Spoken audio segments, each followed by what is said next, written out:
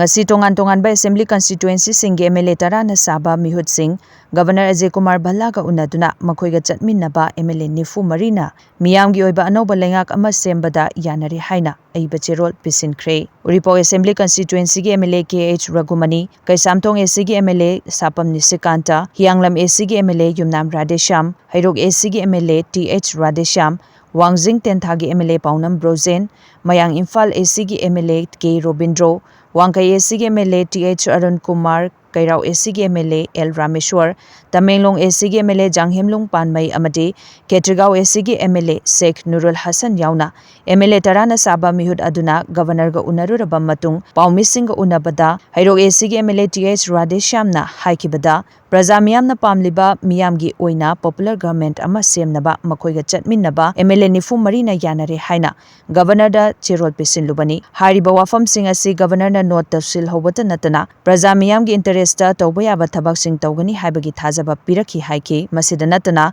ngasi pisin liba cherol asi anoba lengak ama semnabagi claim tawba gumbani adubu lengak ama semnabagi oinadi national party ama oina center lengakna semlakadabani hainasu fongdoki amadi hariba MLA nifu mari asi speaker TH Satyabratana amamamtang oina wari sabata natana makoi nifu mari punna unaduna wari sanaduna praja miyamgi awaba si koknanba yanaba adu purakhibani haiba wafam singsu fongdoki